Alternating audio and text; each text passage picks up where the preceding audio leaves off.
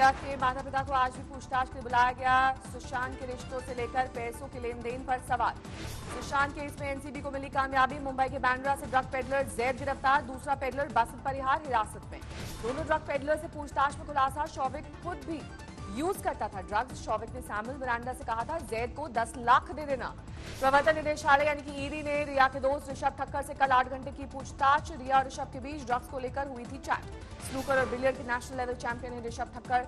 जुहू में रहने वाले ठक्कर चैटिंग में डूबीज और कॉन्ट्राबैंड की कर रहे थे डील।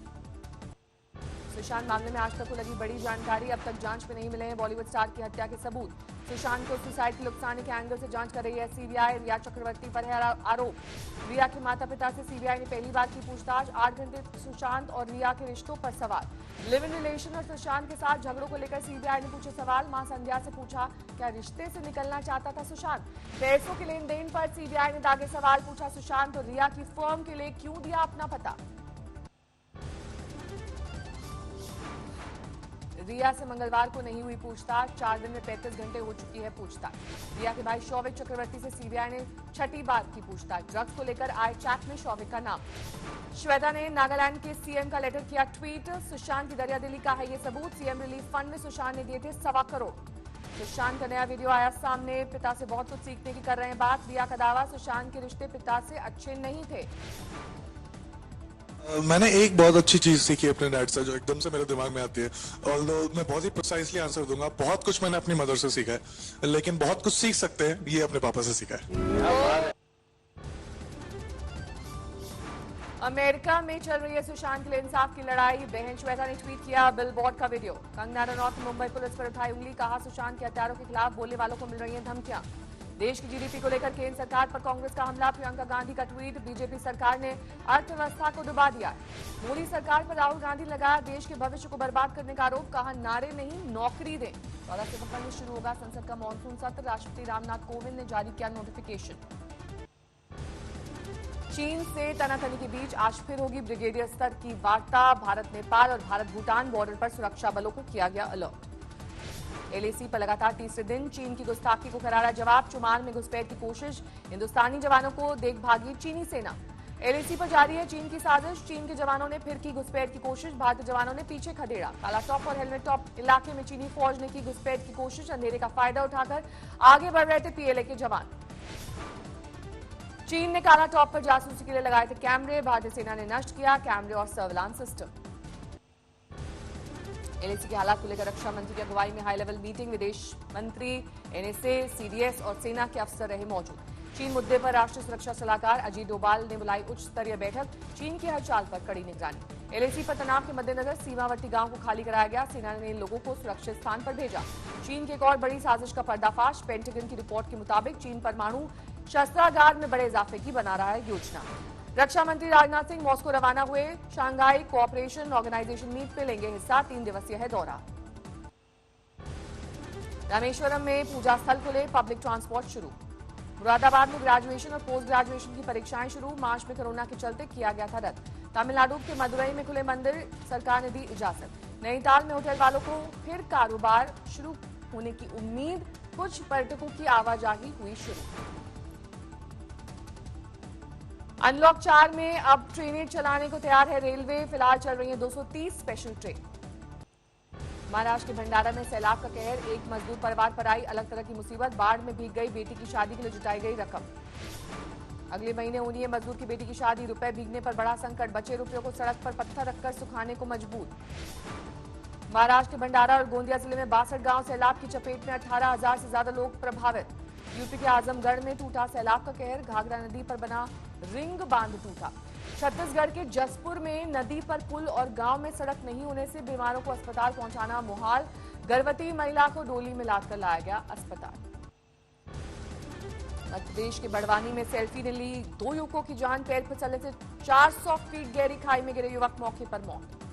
नोएडा में जेपी कॉस्मोस सोसाइटी में 10वीं मंजिल से कूदकर एक महिला ने की खुदकुशी। पति से केक काटने को लेकर हुई बहस। नोएडा में सेक्टर 39 से महिला ने आग लगाकर किया आत्मदाह। पुलिस के मुताबिक पति से हुआ था विवाद। मथुरा जेल में रिहा किए गए डॉक्टर कफील खान। इलाहाबाद हाईकोर्ट ने दिया रिहाई का आदेश। देर तक रहा डॉक्टर कफील की रिहाई पर असमंजस। अलीगढ़ जिला प्रशासन से रिहाई संबंधी ऑर्डर मथुरा जेल को देर से मिल सका। यूपी में बढ़ते मामले में इलाहाबाद हाईकोर्ट सख्त, कोरोना की रोकथाम के लिए मुख्य सचिव को रोड मैप तैयार करने के निर्देश। कोरोना संकट पर हाईकोर्ट की टिप्पणी, बिना लॉकडाउन के कोई मदद नहीं मिलने वाली। कोरोना काल में यूपी में हुक्का बार पर प्रतिबंध, हाईकोर्ट ने जनहित याचिका के बाद रेस्टोरेंट कैफे में हुक्का बार पर लगाई रोक। लखनऊ के एक छात्र की याचिका पर हाईकोर्ट ने हुक्का बार पर प्रतिबंध का दिया फैसला, तेजी से संक्रमण फैलने का दिया हवाला। संक्रमण की वजह से गया में इस साल नहीं लगेगी पितृपक्ष मेला, पंडा समाज में दिखी बेचैनी, कहा पहले कभी नहीं देखी ऐसी त्रासदी। देश में जारी है कोरोना का कहर, 24 घंटे में सामने आए 70,000 नए मामले, 36,91,000 के पार पहुंचा आंकड़ा। 24 घंटे में कोरोना से 819 की गई जान, देश में अब तक कोरोना के 65,288 लोगों की मौत। महाराष्ट्र में 24 घंटे में 11,000 से ज्यादा नए मामले, 7,92,000 के पार पहुंची मरीजों की कुल संख्या। यूपी में पिछले 24 घंटे में 4,700 से ज्यादा नए मामले, 2,30,000 के पार पहुंचे कुल मामले। दिल्ली में 24 घंटे में 1,300 से ज्यादा नए मामले, 1,74,000 के पार पहुंचा कुल आंकड़ा। पश्चिम बंगाल में पिछले 24 घंटे में करीब 3,000 नए मामले, 1,62,000 से ज्यादा हुई संक्रमितों की संख्या। बिहार में 1,400 से ज्यादा नए मरीज, 1,36,000 से ज्यादा हुआ कुल आंकड़ा। अनलॉक 4 में दिल्ली नोएडा बॉर्डर से हटाई गई चेकिंग, दिल्ली आने या दिल्ली से जाने के लिए नहीं होगी किसी पास की दरकार। गोवा में आज से खुल गए रेस्टोरेंट और बार, शर्तों के साथ लोगों को आने की इजाजत। चेन्नई में अनलॉक 4 लागू होते खुल गए मॉल, 13,000 से ज्यादा लोगों को आने की नहीं है इजाजत।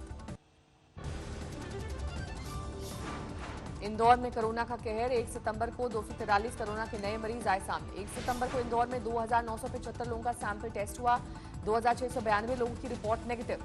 इंदौर में 13,493 लोग पॉजिटिव, इनमें से 402 लोगों की जा चुकी है जान। ओडिशा के कोरापुट में तालाब में मिला 3 लड़कियों का शव, तीनों लड़कियां थी लापता। लखनऊ में 3 कुत्तों को जलाकर मार डालने की सोशल मीडिया पर तस्वीर वायरल, एफआईआर दर्ज कर तफ्तीश में जुटी पुलिस। जबलपुर में महंगी कार में लगी आग, एक शॉर्ट सर्किट से हादसे की आशंका।